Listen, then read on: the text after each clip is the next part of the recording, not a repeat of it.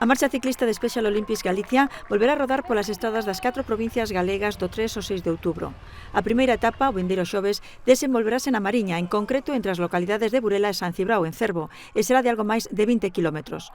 A deputada de Economía e alcaldesa burelesa, que participou na presentación, destacou a importancia do deporte na inclusión social. Carmela López puxo en valor o incansable esforzo que realiza unha vez máis Special Olympics para sacar adiante a marcha ciclista unificada na que os participantes poderán percorrer diferentes puntos da xeografía galega.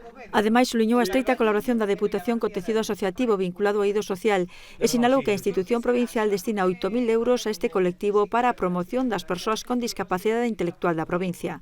Na marcha de 60 kilómetros divididos en 4 etapas participarán persoas con e sen discapacidade. Arrincará o 3 de outubro en Burela e continuará o 4 en Santiago de Compostela, o 5 en Carballiño e o 6 en Vilagarcía de Arousa.